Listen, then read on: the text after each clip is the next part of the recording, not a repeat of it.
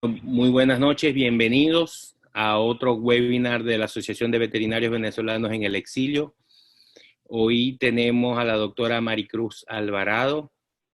Ella es médico veterinario, trabajó en el Acuario de Valencia, en el Zoológico Acuario de Valencia. También trabajó como docente de la Cátedra de Patología Clínica durante unos 20 años. Igualmente fue la fundadora y la profesora de la Cátedra de Manejo y Biología de Fauna Silvestre en la Facultad de Ciencias Veterinarias. También estuvo encargada del servicio de atención de fauna silvestre en la Policlínica Veterinaria. O sea que es una persona que tiene amplia experiencia en el manejo de fauna, en el manejo de aves y en el tratamiento médico veterinario de estas aves. Sin más, les dejo a Maricruz. Buenas noches. Muchas gracias a la Asociación de Veterinarios de Venezolanos en el Exilio. El título se llama Introducción a la Medicina de Aves Silvestres, porque es un tema muy amplio. Entonces, simplemente hoy vamos a hacer, como dice allí, un vuelo de pájaro sobre algunos aspectos anatómicos y fisiológicos y las principales enfermedades de un grupo de aves, no de todas las aves. El grupo de aves que usualmente tenemos como mascotas. Y vamos a hablar de eso. Vamos a empezar. Entonces, todos sabemos que es un ave, pero siempre es bueno aclarar, ¿verdad? Un ave es un animal vertebrado que controla su temperatura, es un endotermo, tienen temperaturas altas y un metabolismo alto. Su temperatura normal varía entre 40 y 41.5. Tienen los miembros torácicos este, desarrollados para volar, tienen alas, tienen modificaciones anatómicas para ello, se reproducen por huevos y todo su cuerpo está cubierto de plumas. Esa es una definición de primaria, ¿verdad? De que son aves. Pero entonces era para hacerles notar que cuando uno dice, no, yo trabajo con aves, es un grupo muy variado, muy grande, puede cambiar mucho la anatomía, la fisiología, el metabolismo. Por ejemplo, entre un colibrí y un avestruz. El peso de un colibrí oscila, el más pequeño del mundo está en 2 gramos, de 2 a 20 gramos, mientras que un avestruz, por ejemplo, puede pesar entre 130 y 180 kilogramos. Todas sus variables fisiológicas varían demasiado y asimismo la medicina. Por ejemplo, puse allí solo para que lo notaran, la dosis de ketamina de un colibrí podía estar entre 100 y 200 miligramos por kilo, mientras que la del avestruz es de 2 a 3 miligramos por kilo. Entonces, cuando hablamos de aves, aunque es un solo grupo, puede haber mucha variedad y eso hay que tomarlo en cuenta. Hoy específicamente vamos a trabajar con las aves que son usadas como mascotas. Antes de empezar este tema, aquí me siento un poco más cómoda hablando de esto porque la mayoría de las aves que se utilizan aquí son animales que vienen de cautiverio, reproducidas en cautiverio, pero en nuestro país, en Venezuela, todos los animales silvestres que uno pueda tener como mascota eh, es considerado un delito porque son patrimonio de, de la nación. Exóticos llamamos a los animales que no son de la localidad donde estemos, por ejemplo, que no son de aquí de Estados Unidos. Entonces, la mayoría de estos que tenemos aquí en pantalla son animales de Australia, o por ejemplo, el loro gris africano es de África. Pero tenemos cacatúas, lorikeets, que son más que todo animales nectarívoros de Australia, cucatil, se le llama a las ninfas, los agapornis, que se llaman en inglés lovebird, y me disculpan mi inglés británico. Y aquí tenemos a los periquitos australianos, ¿verdad? Entonces son todos, casi todos de Australia. Y también se usan como mascota aves que son propias del continente americano, pero no son de aquí de Estados Unidos, ¿no? Por ejemplo, todas estas las tenemos en Venezuela. Tenemos guacamayas, loros y cotorras. O sea, las más grandes son las guacamayas, después vienen loros y cotorras. Luego tenemos a los periquitos, que en inglés se le llama coñol. Es muy interesante ser veterinario de animales silvestres, pero tiene que ser para alguien que le guste estudiar o le guste aprender todos los días, porque cada día puede llegar un animal diferente que tiene una característica fisiológica o anatómica distinta o una conducta que si tú no la conoces la puedes tomar como que es un problema patológico. Por ejemplo, los periquitos australianos que están muy apegados a sus dueños, cuando ellos quieren cortejar a la hembra, ellos regurgitan. Y eso es normal, eso es una conducta de cortejo. Pero si nosotros no conocemos eso, vamos a llevar al periquito porque está vomitando y nosotros como veterinario vamos a decir, no, sí, tiene un problema digestivo, etcétera, y es una conducta simplemente de cortejo. Entonces tenemos que todos los días aprender algo sobre el animal que se presenta a la clínica o en un zoológico. Algunas de las modificaciones que tienen las aves, bueno, la principal que conocemos es pues, que los miembros torácicos están convertidos en alas. Fíjense aquí en los huesos que normalmente los mamíferos siempre tenemos que este es el radio y este es el cúbito. Normalmente el radio es mucho más fuerte, más amplio y el cúbito es pequeño. En las aves es distinto, es lo contrario. Hay una serie de modificaciones, muchas vértebras están fusionadas, muchos cambios anatómicos, todo esto con el fin de que el animal pueda volar. Aquellas aves que son voladoras porque no todas lo son. Entonces, entre las características que tienen las aves para volar, es que sus huesos, muchos de esos huesos son neumáticos. ¿Qué quiere decir eso? Que tienen aire adentro y son trabeculados. Esto con el fin de aminorar el peso y permitirles volar. Es muy importante saber cuáles son los huesos que son neumáticos. Generalmente los que están pegados como al centro del cuerpo. Las costillas, las vértebras, y en el caso de los miembros, en el miembro torácico, el húmero, y en el miembro pelviano, el fémur. ¿Ok? Algunas aves que son muy pesadas, pero vuelan, llegan a tener otros huesos también neumáticos, e incluso en su piel, ustedes la tocan y crepita. Y normalmente si crepita la piel, nosotros decimos que tiene una infección por anaeróbico, que está produciendo gas, etcétera, y simplemente eso es algo normal en estas aves. Todo eso con el fin de facilitarles el vuelo. Otros cambios que podemos observar en esta radiografía son los relacionados con el periodo de reproducción de las aves. En estos casos, las aves acumulan calcio para la oviposición y lo hacen en los huesos largos como el fémur, la tibia y el cúbito.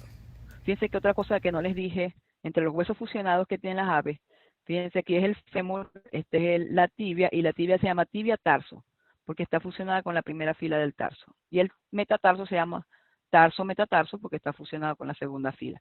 Y así hay muchas variaciones en la parte esquelética. Fíjense aquí en esta radiografía, igual tenemos aquí la tráquea. Eso también tiene que aprenderlo, porque nadie te enseña en la facultad cómo es una radiografía de un ave, o sea, cada vez que llega un animal diferente, pues uno tiene que ser muy humilde y no decir, esto está anormal, porque si nunca has visto uno, no sabes qué es normal y qué es anormal. Pero aquí es evidente que esta ave tiene al menos un huevo aquí en la cavidad abdominal, y aparte de eso, que fíjense que los fémur y la tibia tarso están bastante radiopacos por este proceso del que les estoy hablando. Ahorita simplemente estamos hablando de algunas adaptaciones anatómicas y fisiológicas que tienen las aves que necesitamos como base, información base para poder entrar después en la medicina, ¿no? También tenemos que recordar que las aves tienen pulmones, pero además tienen sacos aéreos.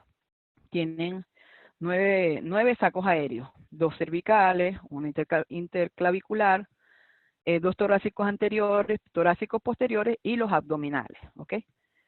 Estos sacos aéreos se comunican a su vez con esos huesos neumáticos. Las aves cuando respiran, en su primera inspiración el aire llega hasta los sacos aéreos posteriores, abdominales y torácicos. Luego en la expiración pasa ese mismo aire al pulmón. En la segunda inspiración, ese aire respirado pasa a los sacos aéreos anteriores y por último, en la expiración número 2, se expele el aire. Por esta razón, esta forma de respirar de las aves, casi siempre cuando hay enfermedades como la aspergilosis, la mayor cantidad de esporas se acumulan en los sacos aéreos posteriores, torácicos y abdominales. ¿Qué otras consideraciones clínicas tienen que tengan huesos neumáticos? Por ejemplo, aquí esta ave, aquí en esta radiografía, tiene una fractura completa de la diáfisis del húmero. Y en este caso tiene fractura de tanto radio como cúbito en varias secciones, ¿ok? Y sin embargo, la fractura del húmero tiene una complicación que no tiene la del radio cúbito, que el húmero es neumático. Entonces, si es una fractura abierta, muchas de estas fracturas abiertas se pueden complicar y pueden incluso llevar a problemas también respiratorios, de neumonía, porque son una vía de entrada para bacterias. También es importante saber que debido a que ellos presentan sacos aéreos, no podemos colocarle, esa es en la próxima, pero no podemos ponerle fluidoterapia intracelómica porque estaríamos entrando directamente al saco aéreo y el saco aéreo estaría comunicándose con el pulmón.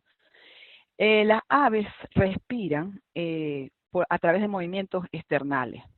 Entonces, no es bueno cuando las vamos a operar o cuando las vamos a tener anestesiadas por un largo tiempo, colocarlas en posición ventrodorsal. Es mejor colocarlas de forma lateral para evitar que las vísceras le hagan peso a los pulmones. Esas son algunas de las cosas que tenemos que tomar en cuenta.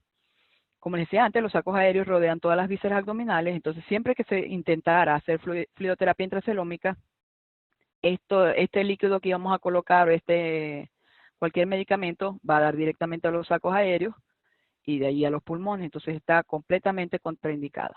Mientras que en reptiles que no tienen sacos aéreos, es una buena vía. La fluidoterapia intraósea, que se usa en animales pequeños, donde las vías venosas no son tan fáciles de acceder, y es muy eficaz la fluidoterapia intraósea, se puede usar tanto en el cúbito como en la tibia. También se aplica en mamíferos, en reptiles y en aves. Pero es importante que nunca podemos aplicar fluidoterapia intraósea en un hueso que sea neumático por las mismas razones que les venía mencionando antes. Quisiera interactuar con ustedes para preguntarle qué creen de esto, ¿no? Fíjense, esta es una cotorra cabeza amarilla que se ve que está como abombada, pues, o sea, se ve, o sea, un dueño diría que está como gorda, ¿verdad? Pero nosotros podemos ver que probablemente lo que tiene es aire, ¿no? Tanto aquí, fíjense, y en el abdomen, etcétera. Después cuando hacemos la radiografía, nos fijamos que tiene aire acumulado debajo de la piel. Y esto ocurre cuando hay rupturas de cuando hay ruptura de sacos aéreos.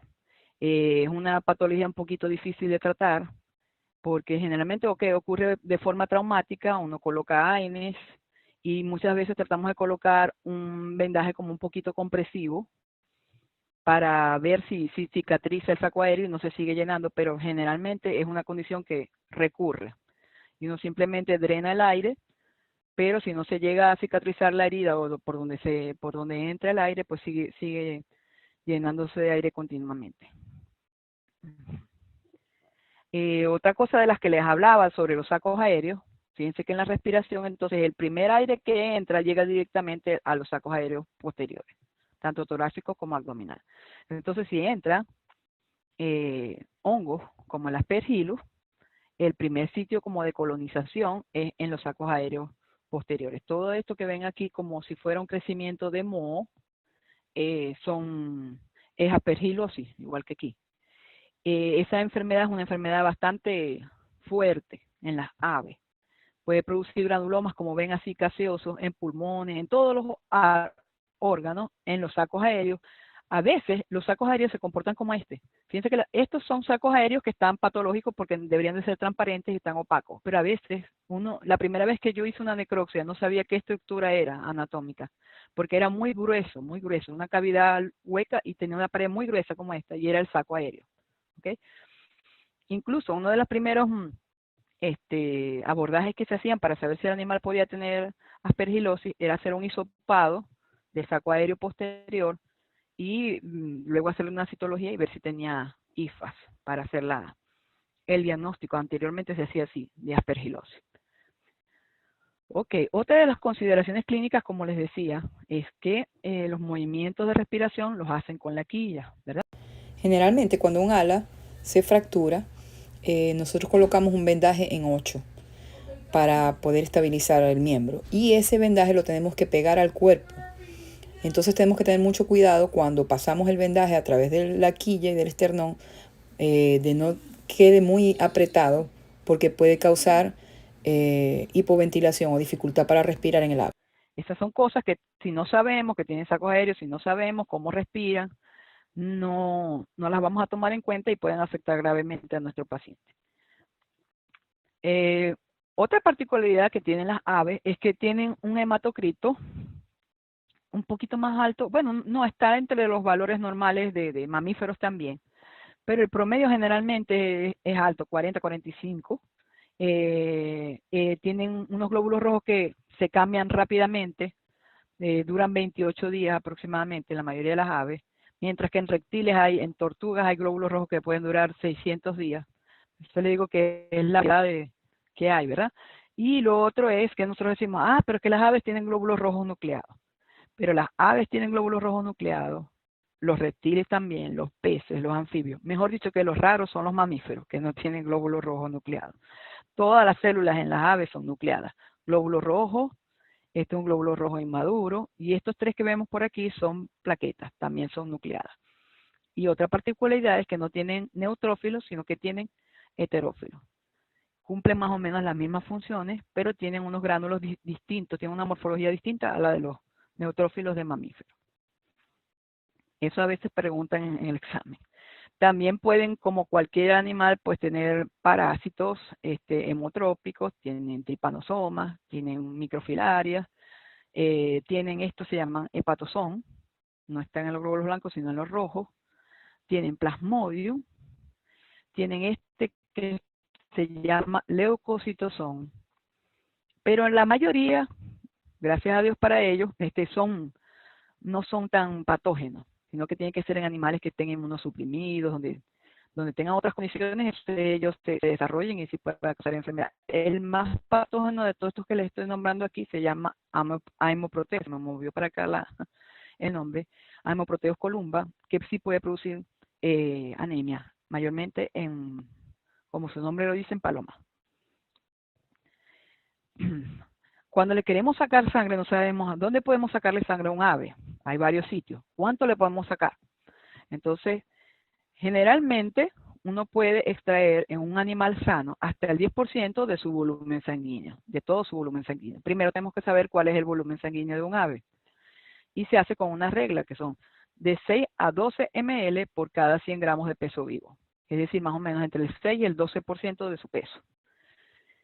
Un promedio del 10% de su peso, pero varía, ¿ok? Entonces, si nosotros vamos a hacer un ejemplo, esta es una ninfa, pesa aproximadamente 85 gramos. Entonces decimos, el 10% de su peso son 8.5 ml, es decir, que ese es todo el volumen sanguíneo que ella tiene. Toda su sangre son 8.5 ml. Y lo máximo que nosotros deberíamos sacar, si esa ave no está gravemente enferma, si no tiene otros problemas, sino que es una ave sana, es el 10% de su volumen sanguíneo, es decir, el 10% de 8.5, que vendría a ser 0.8 ml. Claro, mientras más pequeño sea el ave, pues menos les vamos a poder sacar. Los periquitos australianos pesan como 25 a 30 gramos. Entonces, la cantidad segura que se le puede sacar es mínima. Pero sí es bueno que sepan también que con apenas 0.2 hasta 0.5 ml se pueden hacer la mayoría de las pruebas, tanto de hematología como de química. Al menos de hematología, con esa cantidad es suficiente. ¿De dónde vamos a extraer sangre? Hay varios vasos que tienen sus ventajas y sus desventajas. La primera es la vena yugular, que hay una que es la que está más desarrollada. La vena yugular derecha, mientras que la izquierda está menos desarrollada. La vena ulnar o basílica, que corre por aquí, es la que de donde están sacando sangre, en el ala, y la vena medial metatarsal, que corre por la parte interna del miembro pélvico. Cada una tiene sus pros y sus contras. La que maneja mayor caudal es la vena yugular, pero es muy movible y tiende a la formación de hematomas. Pero el sitio donde mayormente se hacen hematomas, y pueden ser muy, muy grandes, es cuando se hace en el ala. Y tiene que estar el animal bien restringido para que no vayamos a tener problemas. Y esta vena también tiene la particularidad de que cuando uno hace succión con la jeringa, colapsa fácilmente. Entonces, en mi experiencia, cada clínico desarrolla su técnica, ¿verdad? La más pequeña de todas es la medial metatarsal. Pero cada quien desarrolla su técnica. Mucha gente se acostumbra a hacerlo aquí en el ala, en la vena ulnar, pero a mí me gusta más hacerlo en la vena yugular. Esta es la vena yugular. Hay algunos animales que la tienen más pronunciada, más pequeña. Lo importante siempre es fijarla bien. Y Dios nos premió a nosotros con un área desprovista de plumas que se llama apterium o acteria y que se usa con otros fines. No fue hecho para los veterinarios, pero nos cayó muy bien. La primera vez que yo hice hematología de aves, me estrené a lo grande con estos animales que son cóndor andino, en Mérida. Y de estas 3 sitios, yo me imaginaba que iba a ser muy fácil sacarle sangre de la yugular, primero por el tamaño del animal, y segundo porque está desprovisto de pluma en esa área, pero no sé si fue el frío, fue la inexperiencia o lo movible del vaso, pero no lo pudimos sacar bien. Entonces, en el ala, imagínense inmovilizar un ala que tienen de envergadura 3 metros. No. Entonces sacamos finalmente en la medial metatarsal. Y fue muy fácil. Mientras más grande y más recta sea la pata, es fácil de tomar muestras allí. No es lo mismo tomar muestras ni poner catéteres en la patita de un lorito, porque es curveada, es difícil de entrar, etcétera, pero hay gente que con experiencia y con paciencia lo hace muy bien. Eso es increíble cuando uno se pone a ver en Instagram las personas que trabajan con animales exóticos, cómo pueden ponerle un catéter a un animal tan pequeñito. Ok. Otra cosa que tenemos que aprender de las aves es, bueno, que están cubiertas de plumas. Tenemos que conocer las partes de la pluma. Tenemos aquí lo que es el cañón o cálamo y la vena central se llama raquis, ¿ok? Y lo que conforma la pluma se llama barbas, que a su vez están subdivididas en barbillas, ¿ok? Y tenemos diferentes tipos de plumas. Las timoneras, las primarias, las secundarias, las terciarias, las de vuelo, las de cobertura, etcétera. Las plumas tienen como principal función, además del vuelo, ayudar con la termorregulación del animal. Entonces, cuando por ejemplo las aves están petroladas o cuando por alguna razón pierden las plumas, es difícil termorregular y uno cree que las plumas están ahí como de adorno, pero no, tienen una función importante. Tenemos que incluso los cetreros aprenden cómo si se les rompe una pluma, cómo poner un injerto de otra pluma y entonces permitirle bien el vuelo al animal, porque la muda de las plumas no ocurre con tanta frecuencia. Puede ser que tú se rompa una pluma y se la tengas que extraer y pasen 6 meses hasta un año a que vuelva a salir. Entonces, eso es algo que los que trabajan con aves, pues, lo aprenden. Algunos de los problemas asociados a las plumas es un problema que ocurre específicamente en aves que están en cautiverio, se llama el autopicaje, en inglés feather picking. Consiste en que el ave empieza a ella misma a arrancarse las plumas, comienza en el área del pecho, luego va por las alas, luego va por la cola, las patas, hasta que finalmente queda como esta que está aquí, ¿no? A veces ella no tiene plumas pero está sana, pero a veces el autopicaje incluye también heridas y sangramientos, etcétera. ¿Cómo sabemos que un ave se está quitando las plumas? Primero, por la distribución como se las estoy nombrando, ¿verdad? Segundo, vamos a poder ver las plumas como aquí en la cola, que se ve que están picoteadas, ¿verdad? Y además de eso, pues se puede ver al ave quitándose las plumas. Si solamente le quedan las plumas en la cabeza, es la única parte donde no se las puede quitar. Si le faltan plumas en la cabeza, a lo mejor es un vecino que tiene por ahí que le está quitando las plumas de la cabeza. Generalmente este autopicaje tiene muchas posibles causas. Esta guacamaya que estaba aquí estaba libre en un zoológico, en Margarita. Y cuando empezó a atacar a las personas, a los visitantes, decidieron meterla en una jaula. Y en cuestión de 2 días se quitó todas las plumas. En una segunda visita, la gente del parque decidió liberarla de nuevo y en cuestión de un mes ya estaba casi con el plumaje completo.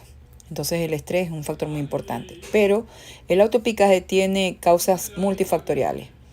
Hay causas orgánicas, comportamentales y psicogénicas y asociadas al estrés, como les venía diciendo. Las primeras que tenemos que descartar es la parte de la dieta. Muchas causas de autopicaje vienen por malnutrición. Otras tienen que ver con parásitos gastrointestinales o parásitos externos, porque en ambos casos puede haber áreas de prurito y el ave tiende a quitarse las plumas. Luego ya vamos a cosas más profundas, que tengan desórdenes hormonales, hayan infecciones bacterianas o fúngicas, o en algunos casos en enfermedades sistémicas también ocurre el autopicaje, y menos comúnmente por alergia. Y no lo nombré ahí, pero el estrés, el cambio de ambiente. Muchos de los pacientes que yo tenía decían, por ejemplo, no, era la guacamaya era el hijo de la pareja, porque no tenían hijos, y cuando llegaron hijos y le dejaron de prestar atención, entonces el animal comenzó con el autopicaje, o cuando hay cambios en el ambiente, etcétera. Entonces esas cosas también hay que preguntarlas. El tratamiento básico es este. Primero vamos a arreglar lo que esté mal, pues. Lo primero es corregir la dieta. Vemos si le está dando la dieta adecuada. En una dieta para un loro implica que más o menos el 33% de la dieta es un concentrado para aves. El 33% son frutas y vegetales. El otro 33% son semillas. Yo diría que no 33, sino un poquito menos. Las semillas son como un postre para las aves. El problema es que como es mucho más fácil comprar semillas de girasol y darle semillas de girasol, terminan solo comiendo semillas de girasol y son una dieta completamente imbalanceada. Entonces primero corregimos la dieta, vemos si está bien o está mal. Luego vamos a hacer una desparasitación externa e interna. Hacemos nuestro examen de ese a ver qué tipo de parásito pudiera tener, si lo tiene. Le decimos al dueño que debe bañarlo interdiario o al menos 2 veces a la semana.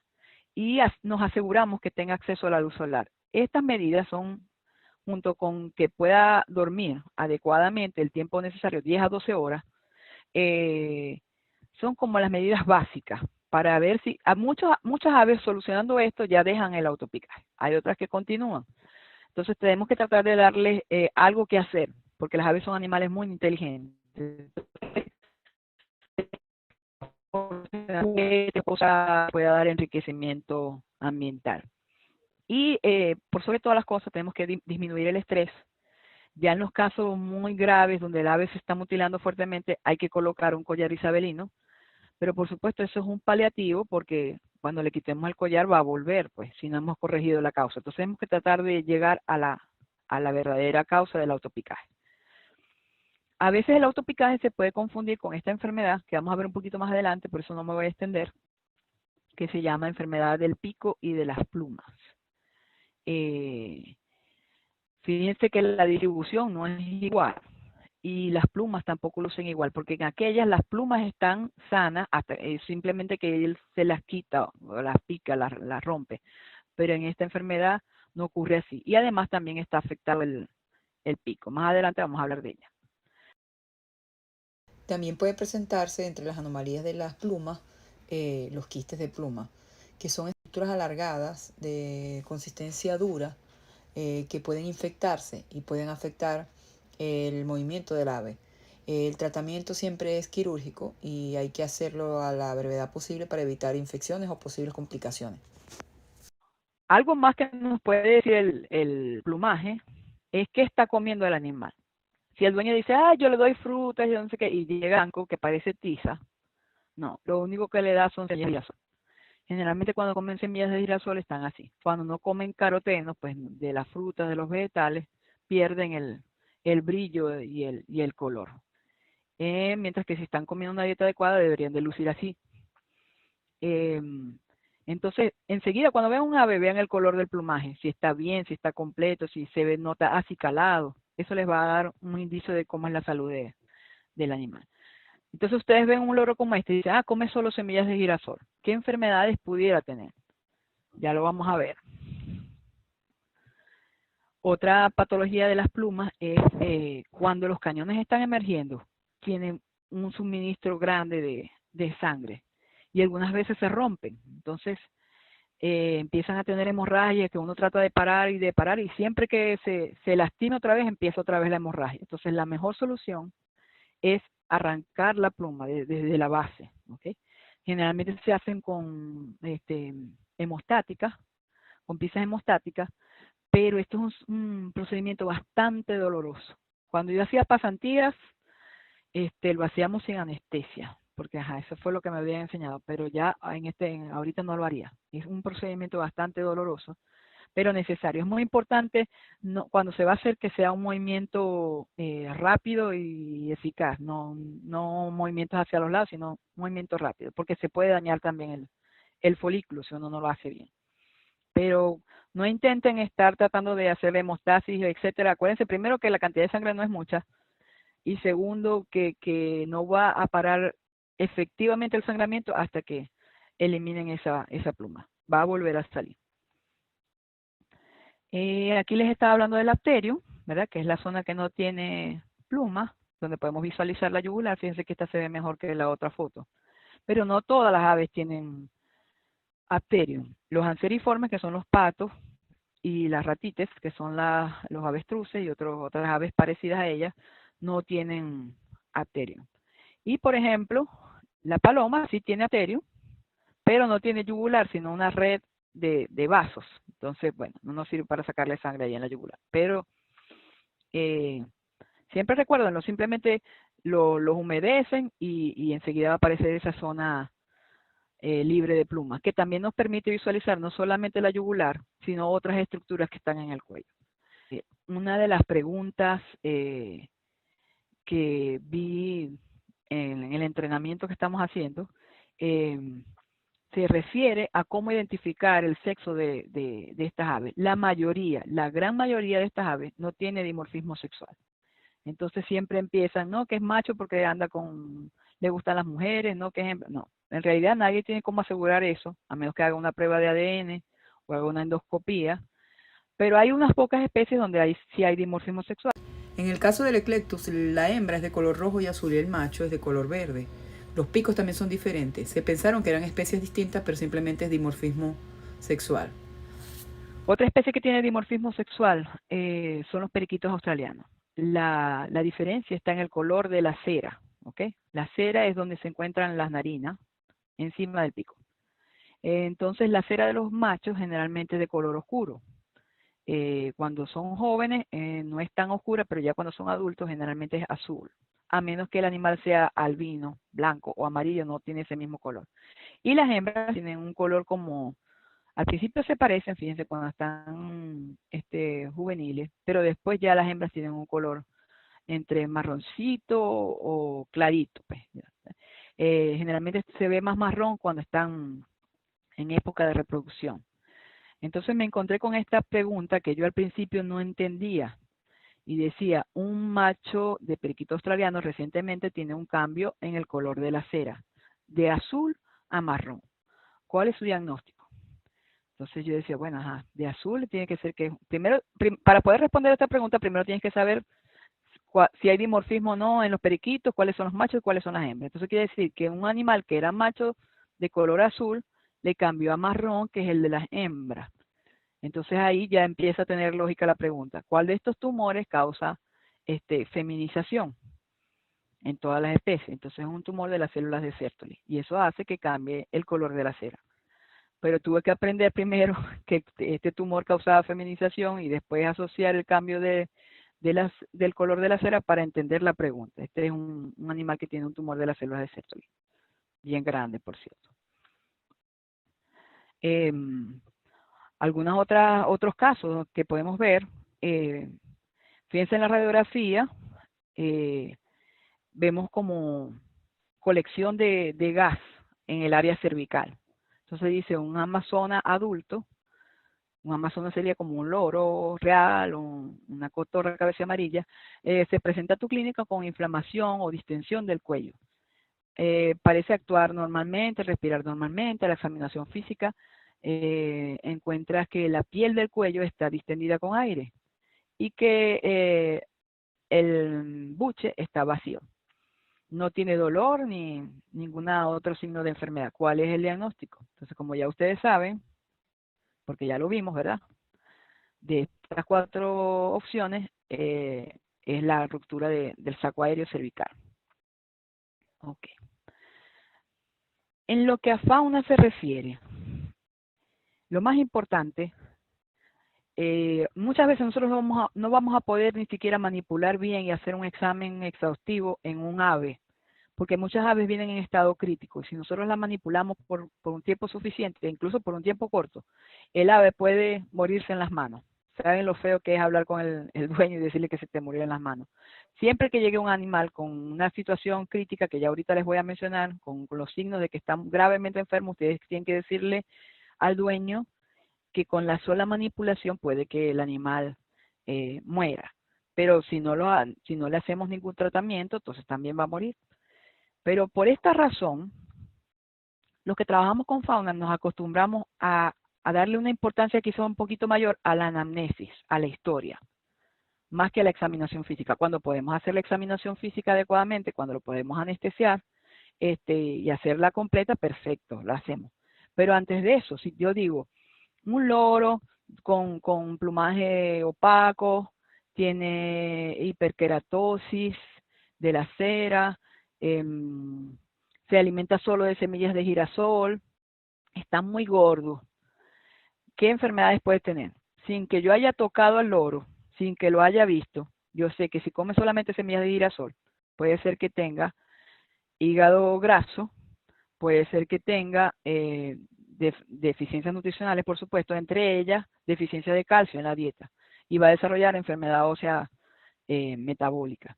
Y yo no he tocado al animal ni lo he visto, simplemente con la historia me orienta bastante a lo que puede ser el diagnóstico. Entonces, esta pirámide que conseguí en el libro de Harrison, que es uno de los mejores de medicina de aves, dice que la base del diagnóstico es la anamnesis, ¿verdad? Nosotros haciendo una buena historia ya tenemos varios diagnósticos presuntivos. Después hacemos la examinación física y vamos haciendo más pequeñas las posibilidades, son pocas, son menos. Luego nos apoyamos en los exámenes diagnósticos como hematología, química, radiografías, etcétera. Ya vamos afinando el diagnóstico y después finalmente llegamos al diagnóstico. Hay muchos colegas que quieren hacer el diagnóstico con los exámenes de laboratorio porque saben más de allí o porque no sé más de ultrasonografía, voy a hacer ultrasonografía. Pero cuando uno hace las cosas así, obvia información que es importante. Entonces siempre tratemos de seguir esta pirámide, no solo con aves, sino con todos los animales, pues, para llegar a un diagnóstico. Ok, entonces vamos a empezar a ver algunas cosas de cuáles son, vamos a hacer un examen físico de las aves, y a medida que vamos haciendo el examen físico de cada una de las partes, voy a ir mencionando enfermedades que los pudieran estar afectando. Entonces, antes de tocar el ave, uno puede hacer un examen a distancia y ver la actitud del animal. Ese animal que está en la foto, es normal de dormir, pero si es de día y tiene esa actitud, el animal está enfermo. Vemos la respiración, si es laboriosa o no, cómo tiene la posición de la cabeza, cuál es su postura corporal. Generalmente todos los animales que están enfermos no recogen las alas, sino que las dejan caer un poco, porque no tienen fuerza, están débiles. Eso nos dice que están enfermos. Cómo se mueve, tenemos que revisar. Siempre le pedimos al dueño que no traiga si la trae en la jaula, que no limpie la jaula, sino que nos deje las heces allí para ver cómo han estado, si están diarreicas, etcétera. Y si están en un grupo, es muy importante ver la jerarquía dentro del grupo, porque eso puede hacer que el animal esté estresado y se predisponga a otras enfermedades, ¿verdad? Entonces, los veterinarios vemos las cosas todas, buscamos simetría, porque ese fue el entrenamiento que nos dieron. Primero lo tratamos de identificar. Vemos las patas, tiene unas garras grandes, tiene un pico ganchudo, es un ave rapaz. Y luego lo empezamos a ver bien y vemos que el ala izquierda está un poco caída con respecto a la derecha, o sea que hay una simetría ahí. Muy probablemente este animal está fracturado, de hecho estaba fracturado. Es mucho más evidente en esta lechuza, cuando tratamos de que abra las alas, pues y una la abre perfectamente y la otra no. Incluso se le ve que tiene una lesión, que en este caso sería en la parte proximal de radicúbito o en la distal de húmero, hay que revisar. tenía una fractura. Como a todos los animales hacemos las preguntas de rigor. ¿Cuál es el origen del animal? ¿Viene de cautiverio o viene de tráfico? Muchos animales que vienen comprados del tráfico de fauna vienen con traumas, vienen con perdigones, etcétera. Entonces eso es importante preguntar. ¿Cuánto tiempo tienen con el animal? No va a tener las mismas enfermedades si tú lo acabas de comprar y no sabes nada de él, o tiene 20 años con el animal, sabes qué es lo que come, etcétera. Entonces, ¿qué come? ¿Con qué frecuencia? ¿Ha tenido enfermedades anteriores? ¿Ha tenido tratamientos? Es muy importante esto de los tratamientos. ¿Por qué? Porque nosotros como veterinarios debemos ser responsables. Si nosotros queremos atender animales de los cuales no sabemos ni la fisiología ni la anatomía, tenemos que estudiar. Y si no, lo remitimos. Pero muchas veces otros colegas o incluso el mismo propietario le ponen unos tratamientos que en vez de ayudarlo, lo enferman. Entonces siempre es importante anotar eso. Luego vemos cómo están las heces, la orina, la frecuencia, la cantidad. Recuerden, primero tenemos que saber cómo es lo normal para identificar lo anormal. El apetito, si consume agua o no, si tiene trastornos respiratorios. Estas son preguntas que se hacen también en perros y gatos, en todas las historias de todos los animales. Ya después otras que son más específicas para aves, es importante ver cómo es el albergue donde está, porque eso también le puede causar enfermedad. Si está en un espacio muy pequeño, si está hacinado, si tiene mucha humedad, predispone a enfermedades fúngicas. Si tiene una temperatura muy alta, le puede dar estrés calórico, o si la tiene muy baja, también puede predisponer a enfermedades. El material del albergue es importante, porque incluso les puede causar algún tipo de intoxicación. Si tiene o no acceso a la luz solar. Esto nos puede decir si, por ejemplo, va a desarrollar enfermedad ósea metabólica o no, de la cual ya vamos a hablar ahorita. Los sustratos, los comederos, los bebederos, todo eso es importante. Hay otras preguntas como más directas. ¿Tiene contacto con aves silvestres? Porque si es así, por ejemplo, pudiera contraer Newcastle cuando hay un brote de Newcastle en el sitio, pues porque las aves silvestres pueden traer la enfermedad. Ha entrado un nuevo animal, hizo cuarentena. ¿Cuáles son las condiciones ambientales? Después, ¿con qué limpia? Porque muchas de las cosas, muchos desinfectantes pueden ser tóxicos para las aves. El cigarro, casi todos los aerosoles son tóxicos para las vías respiratorias. Y aquí lo vamos a ver. Los vapores de teflón son letales. O sea, si un animal, cuando ustedes tengan un paciente que está en la cocina de un sitio, digan, tienen que sacarlo de la cocina. Porque cuando la gente cocina con cualquier sartén de teflón, se liberan gases que para nosotros no serán tóxicos, pero para las aves son muy tóxicos, les causa edema pulmonar. Y no solamente es el teflón, son casi todos los desinfectantes, amonio, cuaternario, cloro, fenoles, cigarro, alcohol, perfumes, velas aromáticas. Recuerdo una vez que vino un tucán que había muchos zancudos, mucha plaga, y no querían que le picaran los zancudos y le pusieron un plagatón al lado. Y cuando llegó venía azul, cianótico, y pues llegó a morir ahí en el consultorio. Entonces mucho cuidado con eso. Aguacate es una fruta que no pueden consumir de ninguna manera, causa falla cardíaca y respiratoria y los mata. También depende del material de la jaula, o si el animal está libre y puede comer algunas cosas por allí, se puede intoxicar con metales pesados, como zinc o plomo. Los signos son un poquito diferentes entre uno y otro. Pueden causar signos neurológicos, cambios de conducta, regurgitación. Entonces tenemos que tratar de tener cuidado que no tengan acceso, por ejemplo, a que se puedan tragar monedas, o cómo es el material de la jaula, o algunas pinturas contienen plomo. Entonces es importante saber eso en la anamnesis, y entonces nos lleva a hacer una radiografía y de pronto ver si tienen restos de alguno de estos metales en el proventrículo. Y bueno, mucha gente también dice un cafecito para mí, un cafecito para el mono, un cafecito para mí, un cafecito para el loro. El café puede causar hiperexcitabilidad, tremores y convulsiones. Así que los loros no toman café, ni pan con leche, ni nada de esas cosas que la gente les da. Ojalá todos los exámenes físicos fueran así, pero esto ocurre solamente en las películas. Pero aquí en Estados Unidos se encargan, tanto con los perros, con los gatos, como las aves, de irlos entrenando desde que son pichones para que acepten las manipulaciones que que se deben hacer cuando uno hace un examen físico. En cambio, si uno vive en Venezuela, no parece un loro, sino un gavilán, una cosa así, porque generalmente no se dejan manipular. En el examen físico, una de las cosas más importantes es hacer el peso. Porque acuérdense que estos animales pesan gramos. Por ejemplo, un loro puede pesar 300, 400 gramos, 450 si es muy grande y está muy gordo. Pero yo vengo y digo, ay, no, debe pesar como 300. No, yo creo que pesa como 450. Y la sobredosis pueden ser fatales. Siempre tiene que haber un peso específico para que pueda haber la diferencia de peso en gramos, en pesos pequeñitos, pues, para las aves.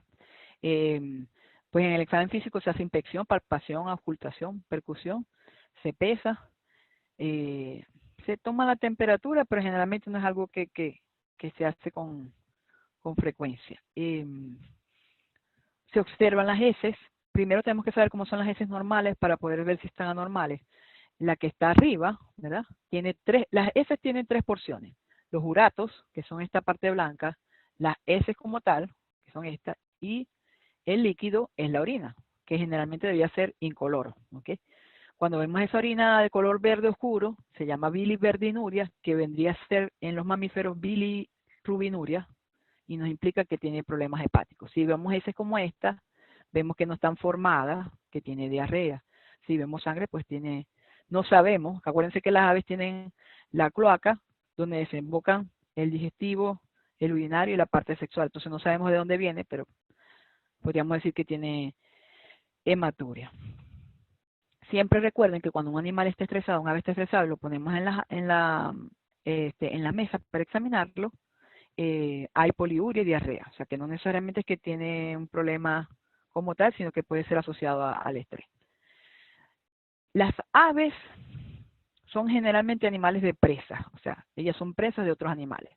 Y ellas tienen que demostrar que están bien hasta las últimas consecuencias. Entonces hay un mecanismo que se llama enmascaramiento. Están todo el tiempo así como el sargento García. Ellas hacen parecer que están bien, pero es porque es un mecanismo de defensa contra los depredadores, pero en realidad cuando ya caen, pues, cuando ya ustedes ven un ave que no se quiere parar, que tiene los ojos cerrados, las plumas erizadas, es porque está muy, muy enferma, gravemente enferma. Un ejemplo de esto es este lorito, fíjense.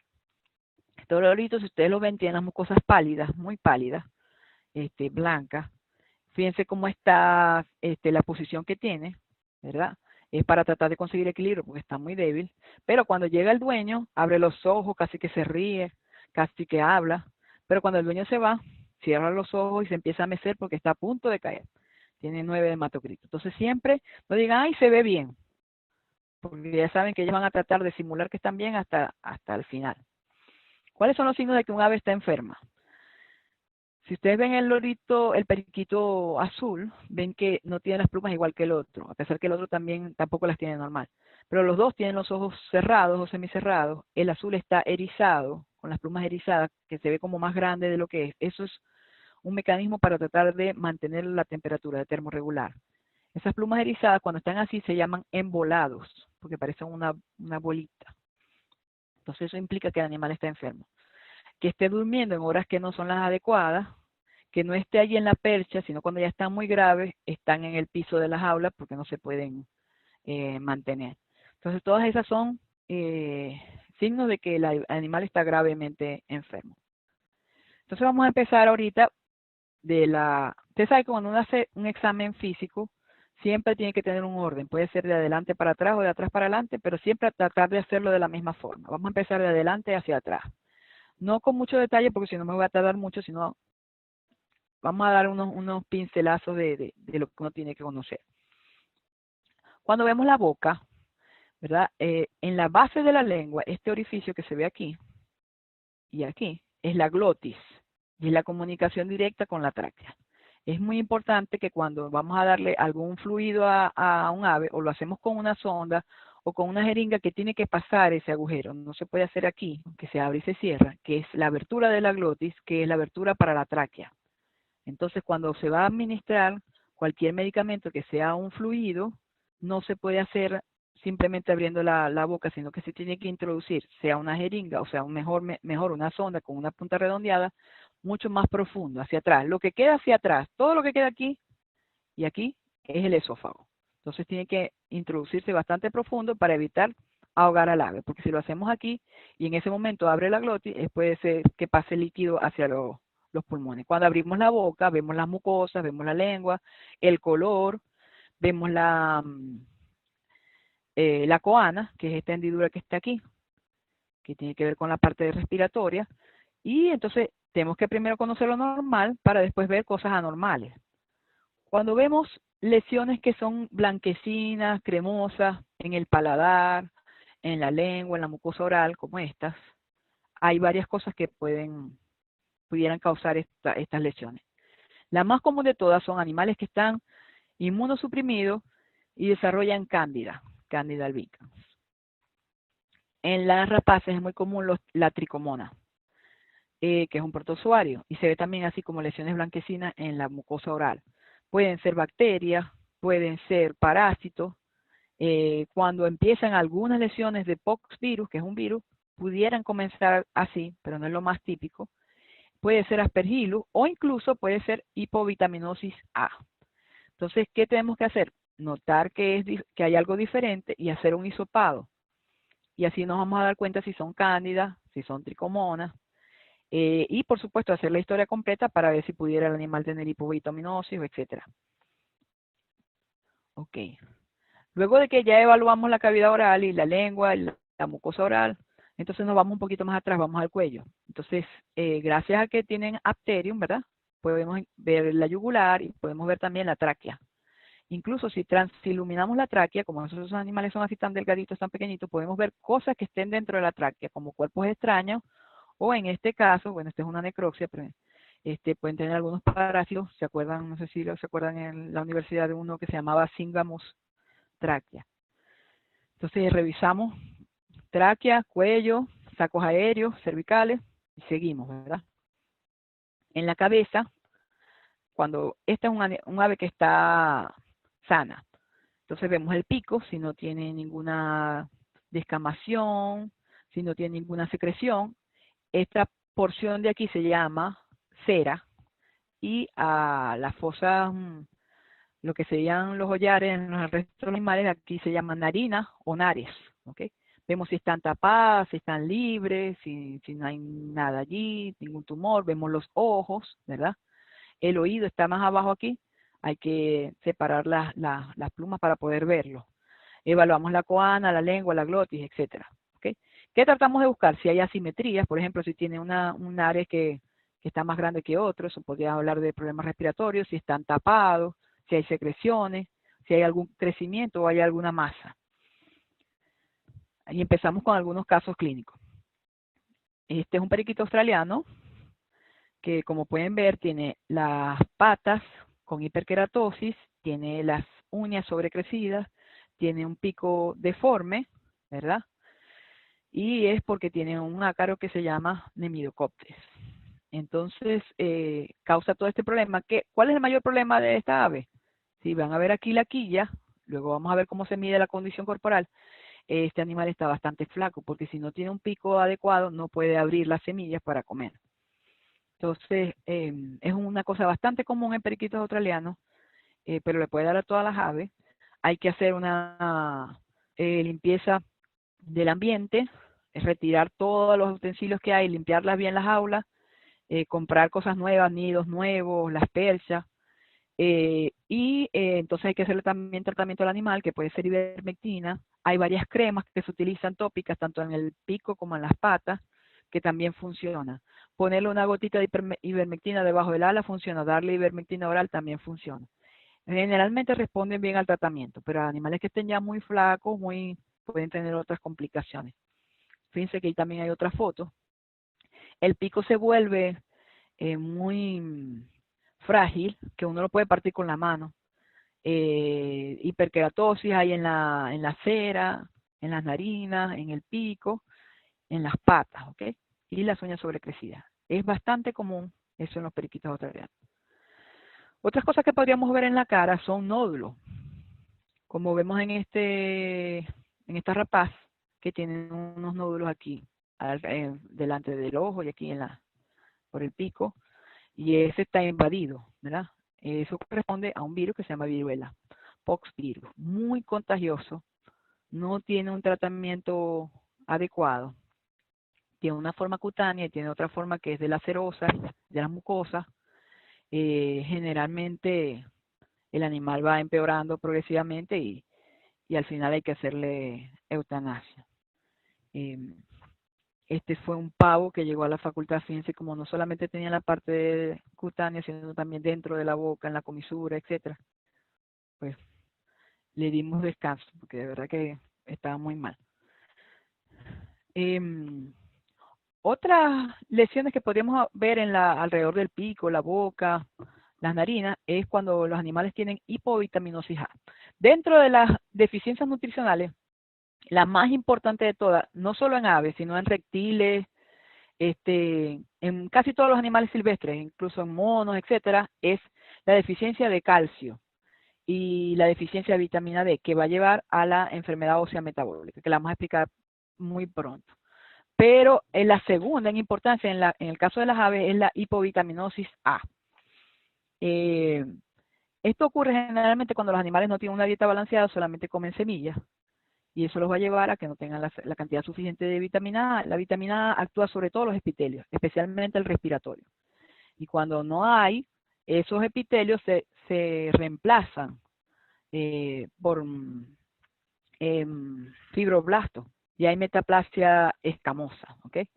Y hay hiperkeratosis de todas las superficies epiteliales. Entonces, por supuesto, un epitelio respiratorio así no puede funcionar adecuadamente y predispone a neumonía, también predispone a sinusitis crónica.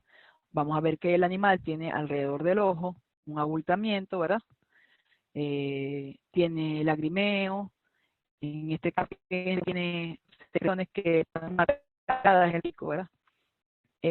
Puede tener hiperkeratosis en la cera, nódulos en digestivos, o sea, tienen lesiones en todas partes, pero el sistema más afectado primariamente es piel y respiratorio.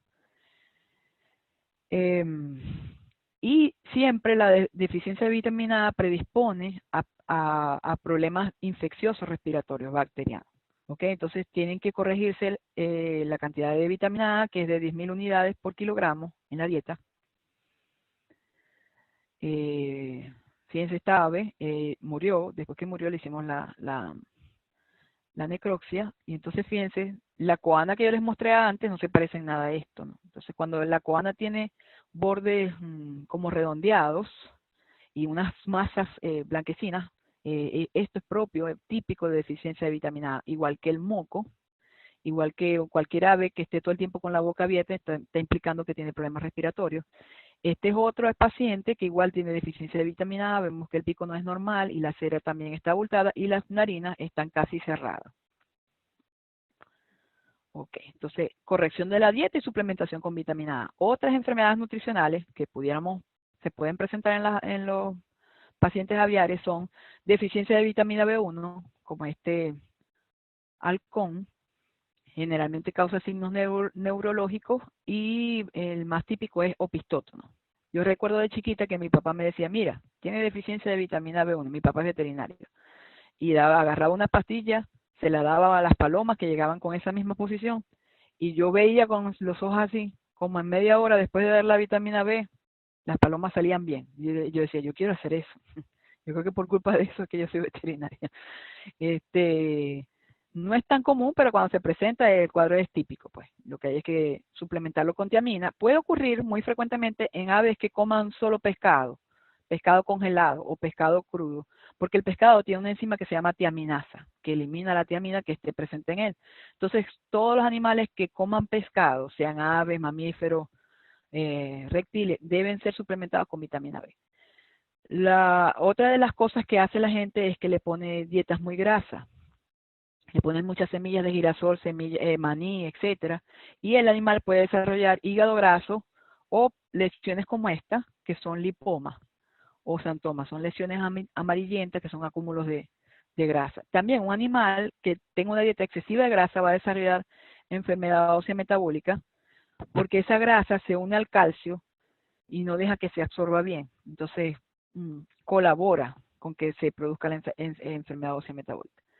Algunas personas le colocan excesiva cantidad de azúcares en la dieta a estos animales, que no debe ser, y entonces hay una disrupción de la flora bacteriana normal y pueden haber clostridiosis. Disculpen que la lámina no está bien.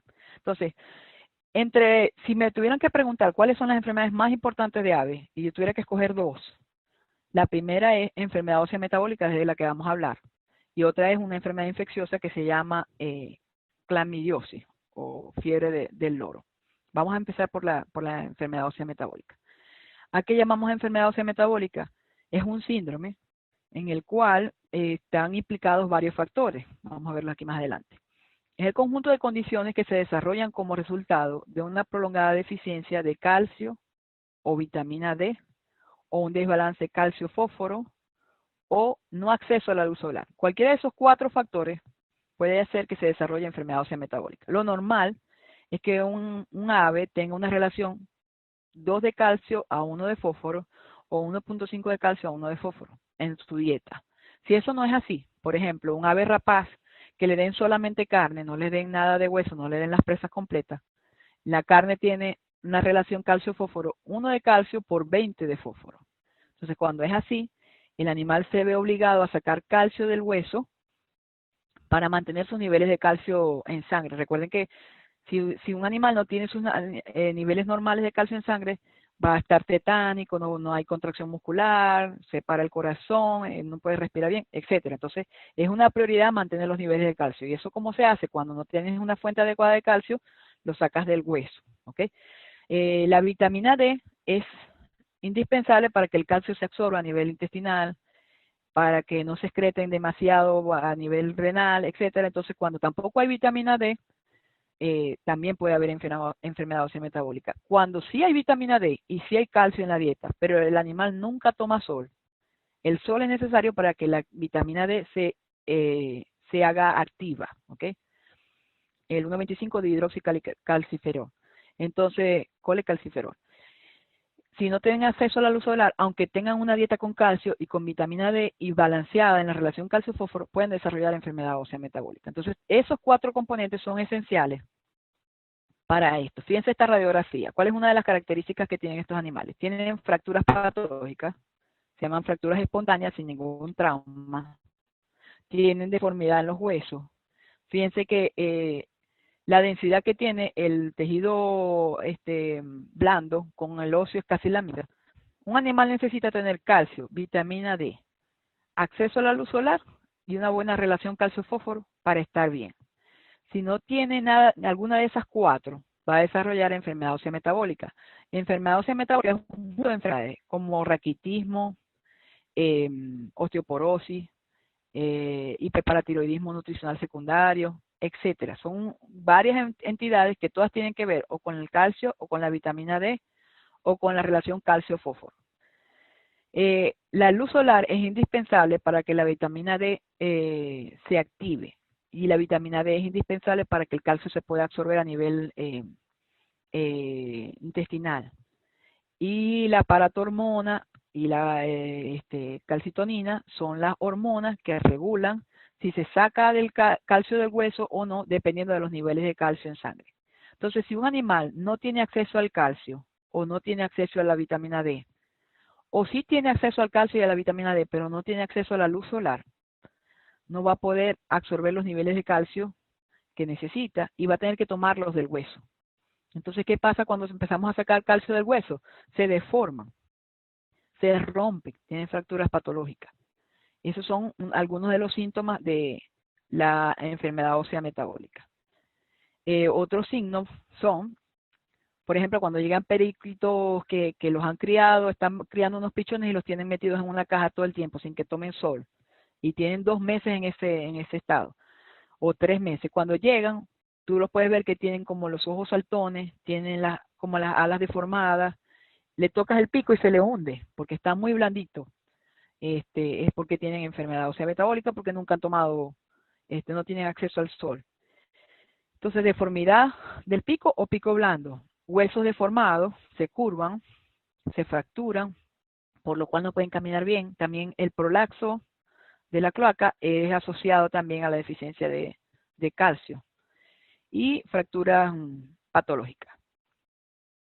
Ven, por ejemplo, este es un gavilán pitavenado, un pichón, que cuando llegó a la policlínica ya estaba así, pues. Tiene la deformidad de las patas, fíjense cómo están dobladas.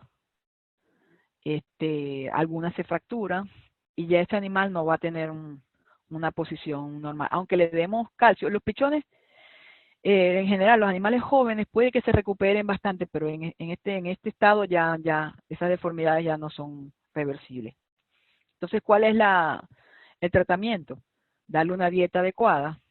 En el caso de las aves rapaces, es darle presas completas, el ratón completo, un conejo, lo que sea, pero la presa completa, que tenga todo, calcio, tenga los huesos si se les da pura carne, van a producir esto como en 1 o 2 meses ya están así, deformados y fracturados.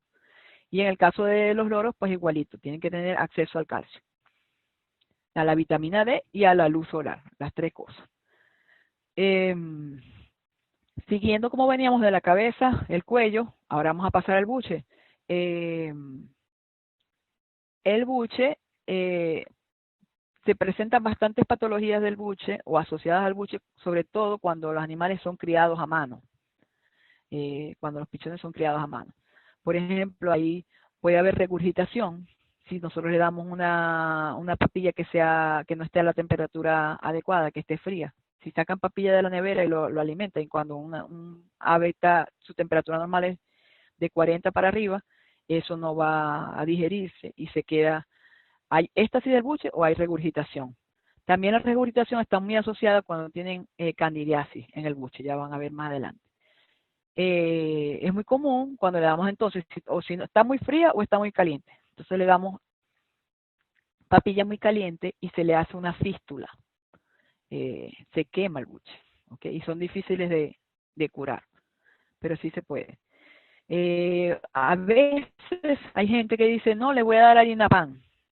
Y le dan la harina pan dura y se hacen piedras en el buche, que después uno tiene que hacer lavados y lavados hasta que se disuelvan.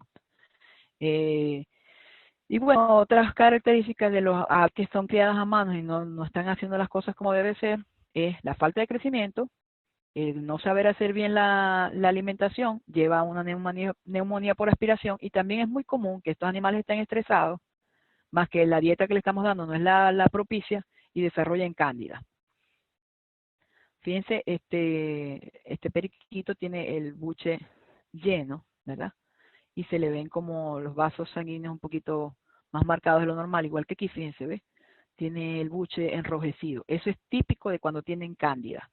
¿Cómo llegamos a ese diagnóstico? Bueno, porque el buche se queda lleno, no se vacía, está enrojecido, a veces regurgitan, y si tomamos líquido de allí, vamos a ver cándida. Siempre hay cándida en el buche, pero en este caso hay en cantidades mayores a las usuales, ¿ok? Entonces hay que colocar tratamiento con nistatina, ver qué cosas estamos haciendo mal con la dieta, etcétera. Y esta foto que está aquí, esta es una fístula, porque probablemente dieron la papilla muy caliente, ¿ok? Ajá. Seguimos y vamos hacia lo que es el pecho, el abdomen, las patas, las alas, ¿verdad? Ahí revisando cada una de esas estructuras. Los músculos pectorales nos hablan mucho de la salud del ave, porque nos dicen cuál es la condición corporal del ave. Entonces, fíjense, hacemos una escala donde 1, que es como la foto que estamos viendo aquí abajo, es un animal que está emaciado, no tiene casi nada, tiene atrofia pectoral marcada. Entonces, esos son los dueños que te dicen, él empezó a enfermarse ayer, pero si vino así, tiene semanas que no come adecuadamente, ¿ok? La condición normal de la mayoría de los pájaros es 2 o 3. Animales silvestres mayormente 2, no 3. Y la otra condición que hacemos, o están muy flacos o están muy gordos. Cuando la pechuga sobresale de la quilla, como esta guacamaya, el animal está muy gordo y está propenso a enfermedades, ¿ok? Entonces, a través de los músculos pectorales podemos decir cuál es la condición corporal del animal. Luego que revisamos el pecho, revisamos el abdomen, pasamos a palpar las 2 alas, todos los huesos, para ver si no hay ningún problema, revisamos las plumas, etcétera, ¿no? Y así mismo también vamos a hacer con los miembros pélvicos. Revisamos la cloaca. Si la cloaca está empastada, así como esta, si tiene restos de heces allí, es porque generalmente el animal no está en la percha, sino que está en el piso de la jaula y por eso se queda sucia. Entonces eso ya nos dice que el animal está débil, ¿ok? También podemos palpar la parte del abdomen. Bueno, no sé si lo dije antes, pero recuerden que las aves tienen una sola cavidad, no tienen un diafragma, por lo tanto no es cavidad torácica y abdominal, sino que es la cavidad celómica. Entonces nosotros revisamos allí y podemos ver de pronto palpar un hígado agrandado, palpar una masa, palpar un huevo, ¿verdad? O también podemos, como en esta ave, que tiene ascitis, tiene un líquido que es transparente, al parecer un transudado puro, y era que su dieta era muy, muy baja en proteínas, tenía hipoproteinemia. Todo eso lo podemos evaluar revisando la parte, haciendo palpación y observación de la parte abdominal. Podemos también detectar la presencia de huevos, ¿verdad? Una de las emergencias veterinarias en aves es cuando los animales tienen distosia, que es una dificultad para lograr la oviposición. Ocurre con frecuencia, es una emergencia médica y los síntomas pueden variar dependiendo de qué tan grave esté el animal, pero en general el animal se ve embolado, plumas erizadas, está débil. Si el huevo es muy grande y está afectando los nervios ciáticos, el animal puede que no se pueda parar bien o no camine bien. Y también puede ser que tenga dificultad para respirar, distrés respiratorio. Y por supuesto se ve el abdomen muy distendido, uno palpa algo, entonces va a hacer la radiografía y puede ser que vea un huevo que sea muy grande o que esté deforme y eso esté causando la distosia. Entonces, entre las causas más comunes hay enfermedad ósea metabólica, porque si no hay calcio no se contrae el músculo, no pueden salir los huevos, ¿verdad? Y los huevos también no se forman adecuadamente y son deformes. Obesidad, edad avanzada, a medida que por ejemplo, una periquita australiana que ya ha puesto muchas veces huevos, ya una ponedora ya con edad avanzada, entonces en esos momentos ocurre la distosia. Y también aquellos animales que son ponedores crónicos, que ponen muchos huevos. El tratamiento es corregir la dieta, corregir el ambiente, ¿verdad? Pero eso es lo preventivo. Pero ya en el momento que tienes ese problema, hay varios manejos y uno debe ir del más inocuo al más invasivo, ¿verdad? Primero se masajea el abdomen y se coloca en una área húmeda a ver si logramos que el animal ponga el huevo. En algunos casos se coloca oxitocina para tratar de que ocurra la oviposición y cuando ya no hay otras opciones, y sobre todo si el huevo es muy grande, se rompe el huevo dentro de la cavidad celómica y luego se trata de extraer. Pero esa técnica realmente a mí no me gusta mucho, no es la que más me gusta. Es preferible sacar el huevo, bueno, en mi experiencia personal, completo, que roto, porque muchas veces si está roto y tiene la cáscara dura puede hacer ruptura de órganos a medida que lo estamos sacando. Pero cada caso es diferente y uno tiene que tomar las decisiones de acuerdo al caso. Bueno, entre los top que les había dicho que eran 2 enfermedades las más importantes, están la enfermedad ósea metabólica, las más comunes, y la enfermedad infecciosa más común en loro se llama clamidiosis, citacosis, fiebre del loro, ¿ok? Es una enfermedad zoonótica causada por la Clamidófila citasi. La Clamidófila citasi es una bacteria intracelular obligatoria que afecta a gran cantidad de especies, pero las más susceptibles son el grupo de los loros, los citácidos, y el grupo de las palomas. Son las que casi siempre tienen este animal. O sea, vendría a ser la clamidia en los loros como la erlicha en los perros en las zonas endémicas como donde yo vivía en Maracaibo. O sea que la tienen a menos que se demuestre lo contrario. Porque muchos animales también son portadores asintomáticos. Están tranquilos, pero cuando están estresados se manifiesta la enfermedad. Mientras que en pichones, la enfermedad generalmente sí se da de un cuadro más agudo y más severo. ¿Okay? La bacteria se excreta de forma intermitente por las heces, la orina, la saliva, la secreción ocular, nasal y respiratoria. El polvo de heces, el polvo de pluma puede tener clamidia. La flecha está señalando, esa célula es un hepatocito. Y esto que ven aquí, que pareciera como si fuera una mórula, ¿verdad? Es la clamidia, que está está hecha de muchos cuerpos elementales y cuerpos reticulares. El tratamiento de esta enfermedad, como de cualquier organismo que es intracelular, es un poco difícil porque tiene que ser prolongado, ¿ok? Generalmente es a base de oxitetraciclina o la mejor opción es doxiciclina. Ya lo vamos a ver. ¿Cuáles son los síntomas que tienen? Un animal que tiene los ojos cerrados, está débil, está con las alas caídas, tiene distrés respiratorio. ¿Cómo vemos distrés respiratorio? Bueno, porque puede ser que tenga secreciones, estornude, tosa, tenga la boca abierta, cuando ya la cosa está más grave. Y también las aves demuestran cuando tienen problemas respiratorios bajos, cuando mueven la cola. Ajá. Esta enfermedad puede traer primero, puede tener un cuadro respiratorio como puede tener un cuadro digestivo. Generalmente comienzan con diarrea, pérdida de peso marcada, y luego de eso empieza también con el cuadro respiratorio. Además, tienen afección del hígado y vamos a ver que la orina va a ser de color verde, porque tiene mucha biliverdina que vendría a representar la bilirrubina en los mamíferos. Entonces es un signo de que tiene problemas hepáticos. ¿Okay? En el cuadro hematológico hay 3 enfermedades en aves que causan una leucocitosis muy marcada, con neutrofilia, no, heterofilia, ¿verdad? O sea, todas las enfermedades bacterianas van a causar eso, pero hay 3 enfermedades que lo hacen de forma marcada, con contagios mayores a 20.000 o 30.000. Esas 3 enfermedades son la clamidiosis, la aspergilosis y el Mycobacterium agno. Entonces, cuando ustedes vean algún contagio de blanco, un recuento de blancos mayor a esa cifra, 30.000, 20.000, piensen en cualquiera de esas 3 enfermedades. Leucocitosis con heterofilia. También, como tiene afectado el hígado, va a tener la AST y la ALT, que son las enzimas hepáticas. En las aves se usa más la AST, las van a tener elevadas, ¿ok? Van a tener diarrea, perder peso, infección respiratoria y biliverdinuria. De todos los síntomas que hay, que está débil, que tal, los que son como más asociados, los que más te pueden ayudar a pensar que tiene clamidia, es la diarrea, la infección respiratoria, un animal que tiene bajo peso y que tiene la orina de color verde. Para hacer el diagnóstico, hay varias técnicas. Hay unas serológicas como examen de ELISA, examen de fijación de complemento y de inmunofluorescencia. Tienen sus limitaciones. Te van a decir que hay anticuerpos contra la clamidia, lo cual no significa que el animal esté clínicamente enfermo. Incluso el PCR, yo hice un trabajo con clamidia en 4 zoológicos de Venezuela.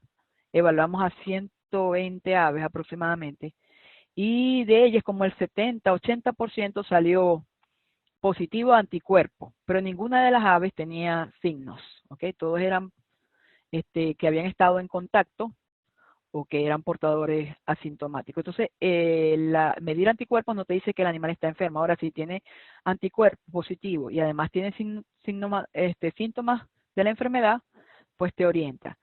Hicimos también en ese trabajo pruebas de PCR, haciendo hisopados y un 27% de positivo. Es decir, que estos aves que incluso no tienen síntomas pueden estar excretando el agente. Eso es muy peligroso. Es fácil para contagiar a otras aves y es muy peligroso para las personas que están en contacto con esas aves. También otra profesora de la Universidad del Zulia hizo un trabajo evaluando no solamente los loros, sino evaluó ella a las palomas. Y el 16% de las palomas que recolectó así de cualquier sitio de Maracaibo tenían la presencia por PCR de Clamidia psittaci en hisopados coanales y cloacales. Así que este agente es mucho más común de lo que pensamos. Más bien es raro que habiendo tanta presencia de la gente no hayan tantos casos en humanos, pero los que están más predispuestos a infectarse son veterinarios, personas que trabajan en criaderos de aves y por supuesto los dueños, sobre todo cuando les dan besos en la boca, etcétera, etcétera. Entonces esta enfermedad es una muy buena excusa para que la gente no tenga aves como mascota. La prueba gold estándar es el cultivo, pero por supuesto como es una enfermedad zoonótica no hay muchos laboratorios que lo hagan, cultivo en huevos embrionados. Y también la histopatología nos va a llevar al diagnóstico. Pero el más usado ahorita es PCR. Fíjense, esta es una necropsia de un ave que tiene clamidia. Fíjense, los pulmones parecen el hígado. Tiene una hepatización roja. Y el hígado también está agrandado. Aquí está el corazón. El tratamiento es doxiciclina 25 a 50 miligramos por kilo por día. Y el tratamiento es prolongado por 45 días, de 30 a 45 días. Generalmente el ave en cuestión de una semana está perfecta, casi siempre, responde. Entonces los clientes dejan de darle el tratamiento y esas aves van a quedar como portadoras. La prevención es cuando tenemos un criadero, hacer cuarentena y aislar a todas las aves que tengan síntomas. No hay vacunación, no hay nada como poder evitarlo. Ya les digo que es algo que casi que están todas las aves. Y para las personas tienen siempre que usar implementos protectivos, guantes, tapabocas. Ustedes saben que están de moda ahorita los tapabocas, lentes, porque el contacto con simplemente el polvo de las heces pudiera infectarlo. Y es altamente recomendable que ninguna persona que esté inmunosuprimida, llámese niños, llámese viejitos o personas que tienen enfermedades que los inmunosuprimen, estén en contacto con las aves, porque como les digo, aún siendo asintomáticas, de forma intermitente están liberando esta bacteria.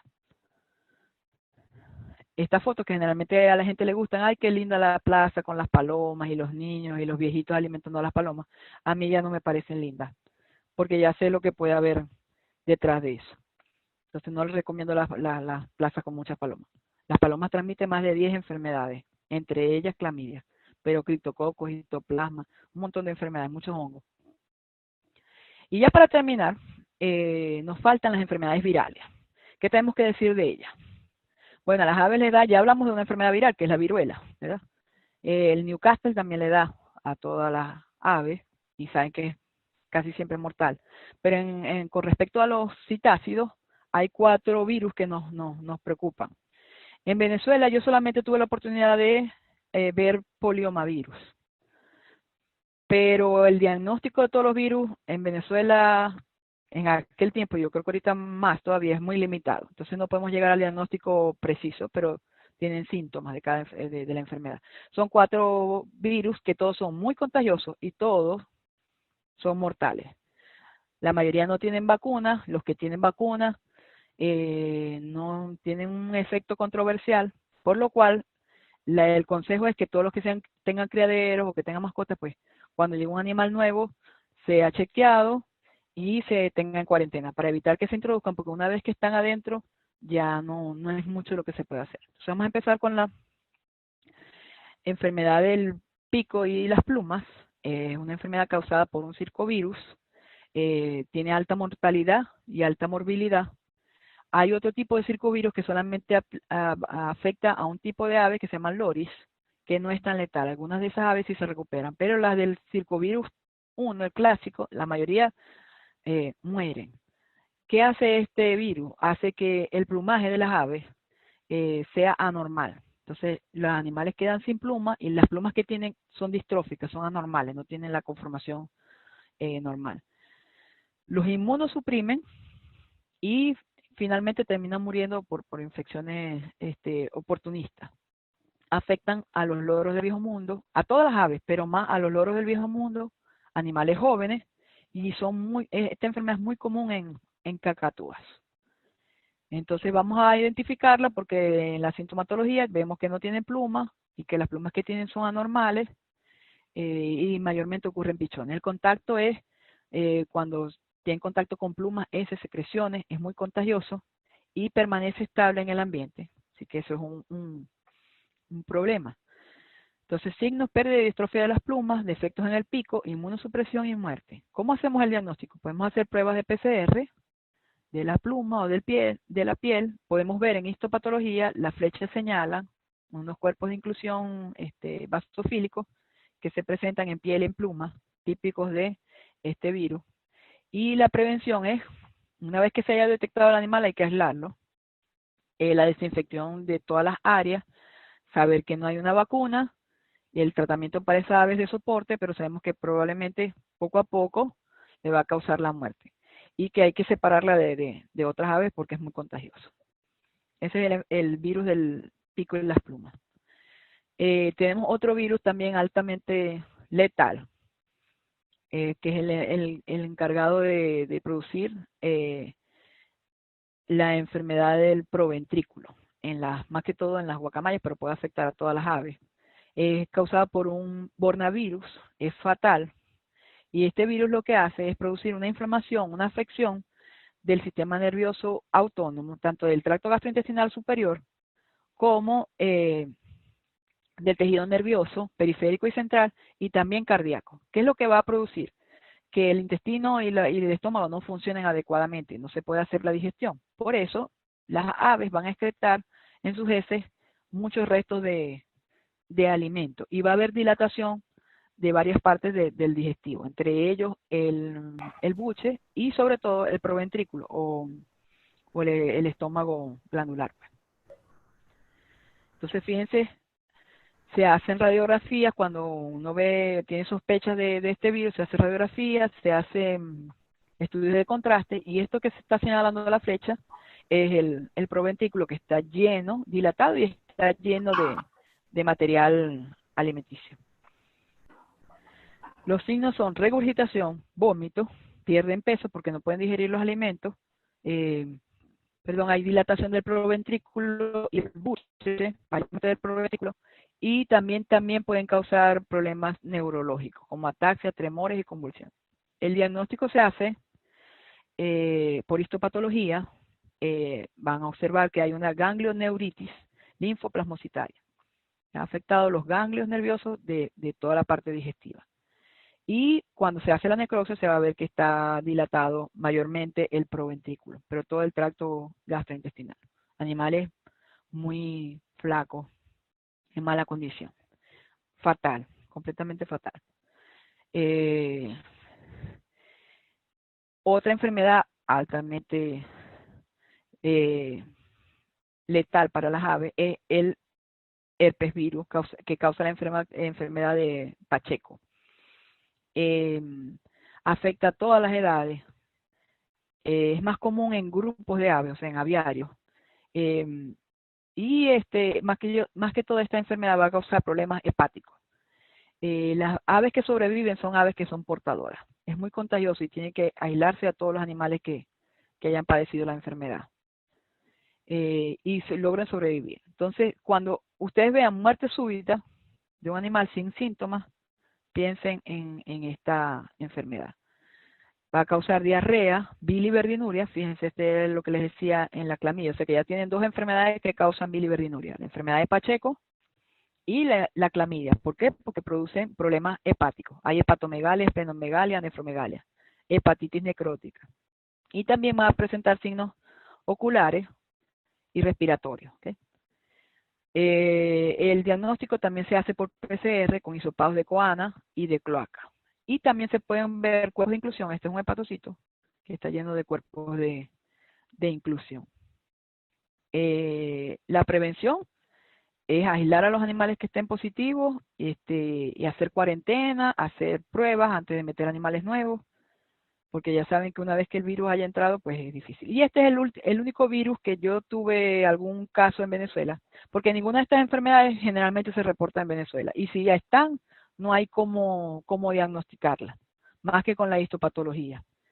Entonces, este es el poliomavirus, es un virus que afecta mayormente a los jóvenes, aves jóvenes.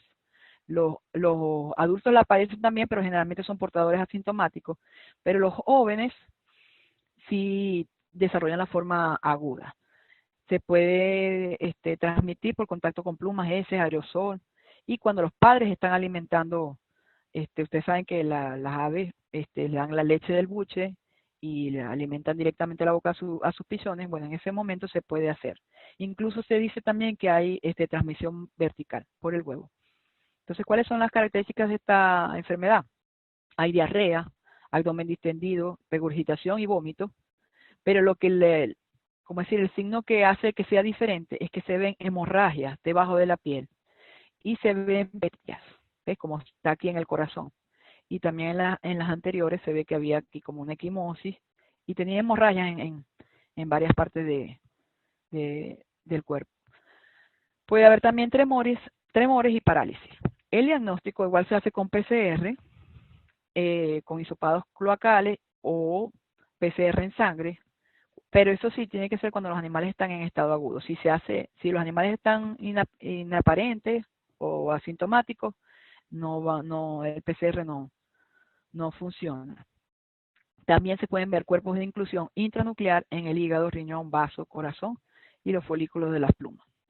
La prevención en este caso es mantener los aviarios cerrados, reproducción cerrada, tratar de no meter animales nuevos, y todo animal nuevo que vaya a entrar debe ser testeado para estas enfermedades. Esto fue todo por hoy. Le quiero dar gracias a la asociación por permitirme compartir un poquito. Sé que es algo así como somero, pero es que hay mucha información, pero por lo menos espero que esto les haya servido para tener una idea de las cosas que tienen que aprender, de las cosas que son importantes para tratar aves como pacientes. Y bueno, muchas gracias. Bueno, muchísimas gracias. Excelente exposición. Menos mal que fue solamente un pasaje rápido por las enfermedades de aves. Realmente información bastante útil. Las enfermedades más comunes y bueno, y sobre todo cómo abordar el examen clínico de un ave. Yo creo que están las personas por ahí esperando para hacer preguntas. Estamos leyendo el chat y la gente quería saber cómo era la parte de dimorfismo sexual.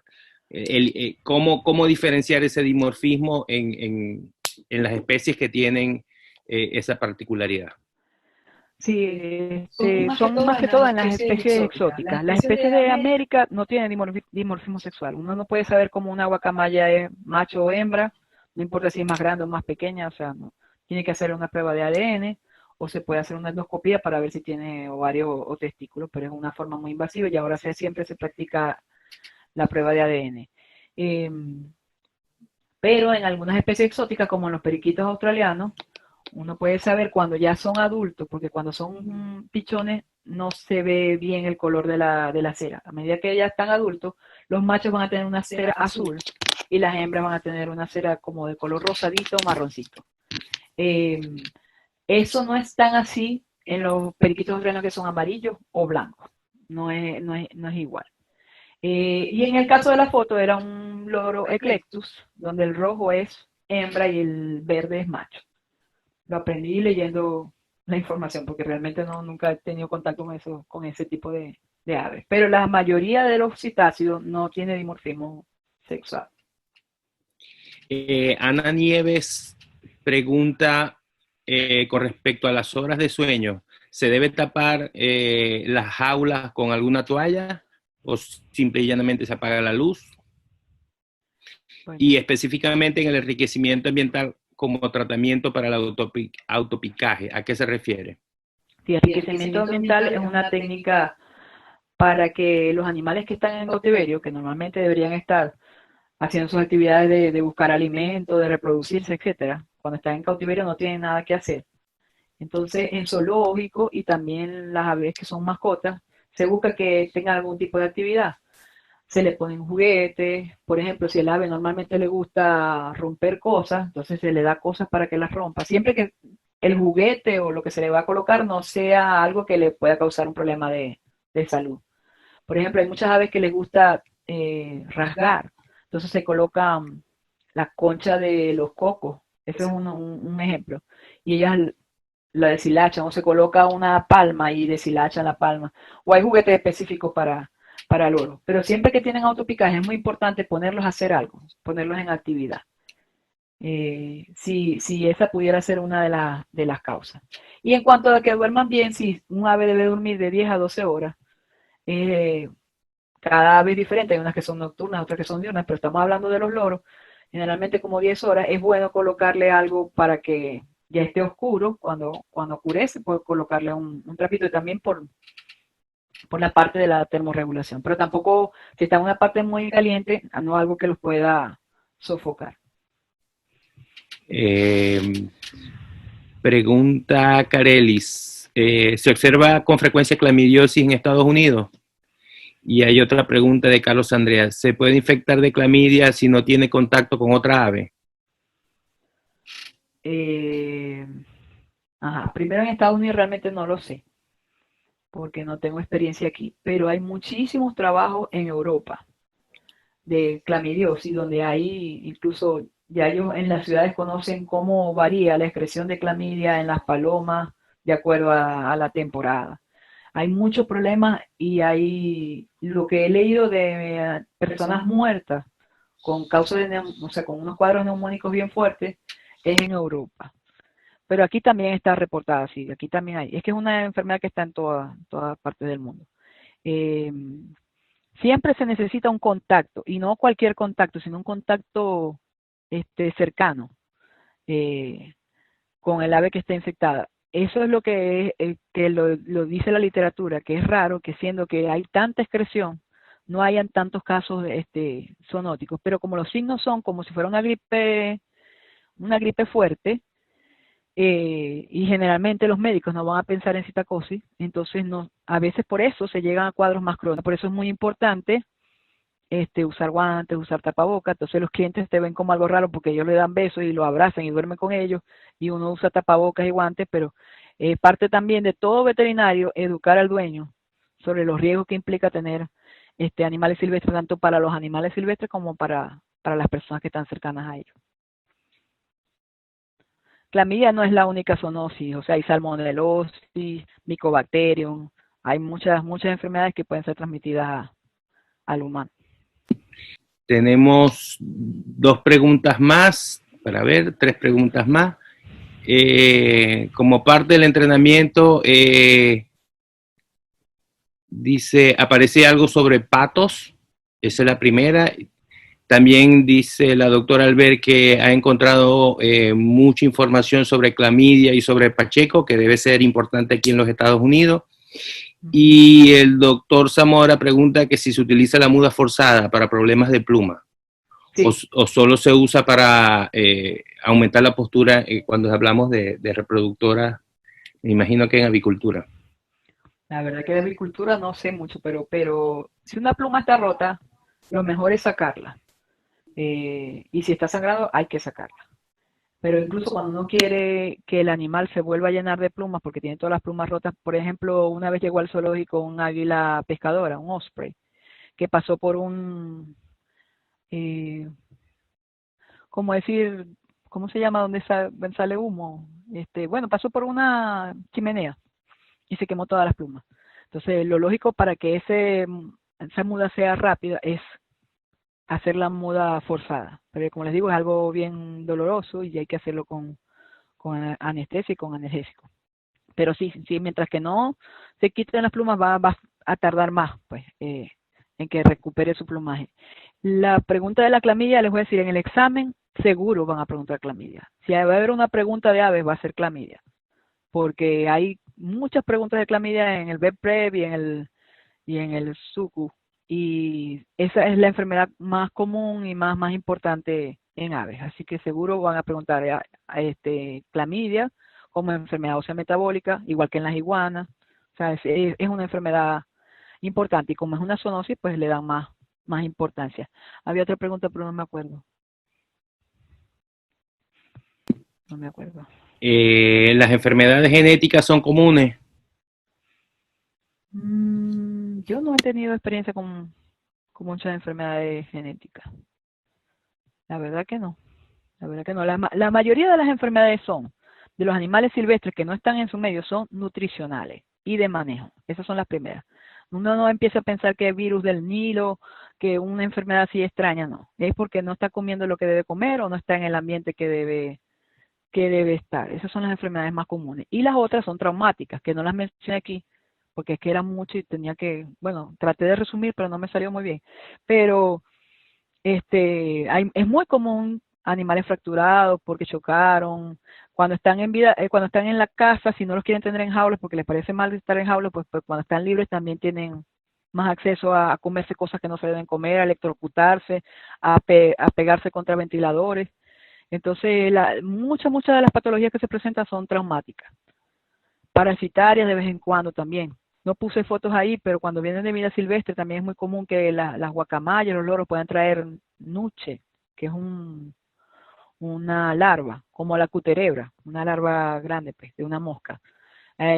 Parásitos intestinales, esas son pero lo más común son diarrea, problemas respiratorios, clamidia, y problemas que tengan que ver con la nutrición. Enfermedad ósea metabólica es la enfermedad más común de cualquier animal silvestre que sea usado como mascota, sea ave, reptil o mamífero. Bueno, y en aras del tiempo tenemos la última pregunta acerca de la enfermedad ósea metabólica. ¿Cuáles son los huesos más afectados? ¿Son los trabeculares o todo lo contrario? Todos los huesos son afectados. Pero generalmente uno ve, o sea, donde se hace más visible es en los huesos largos que se deforman, se doblan o se rompen. En el caso de las aves, uno ve, cuando ya uno detecta, ha visto muchos casos de enfermedad ósea metabólica, uno enseguida, solamente ver la fisonomía, ya se da cuenta. Uno toca el pico y el pico está hablando. Los ojos están saltones. La conformación de las alas no es normal. Las patas tampoco no caminan normal. Y cuando haces la radiografía, pues es evidente, viendo que los huesos no tienen una buena, o sea, se ven casi de la misma densidad que el tejido blando. Y ya se empiezan en la radiografía, se hace evidente. Pero viendo solamente el animal, uno lo puede detectar. En mamíferos se les caen los dientes, la maxila se les pone ancha, mandíbula de goma. En reptiles, también vieron, en iguanas, etcétera, se le ensanchan las patas posteriores, se le deforma la maxila. O sea, hay algunos huesos que sí tienen más predisposición a deformarse, pero en aves mayormente son fracturas patológicas y deformidad de las patas y el pico blando. Eso es lo que más se presenta. También se presentan muchos casos con prolaxo por ese problema, o con distosia también. Bueno, son las 8:50. Te damos muchísimas gracias, te agradecemos esta intervención. Realmente es un placer para nosotros tenerte nuevamente aquí en esta ponencia, en este webinar para la Asociación de Veterinarios Venezolanos en el Exilio.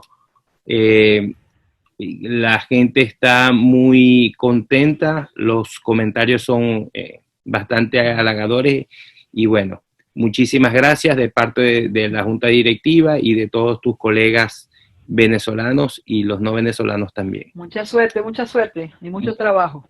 Gracias. Muchísimas gracias. Bueno, así nos despedimos.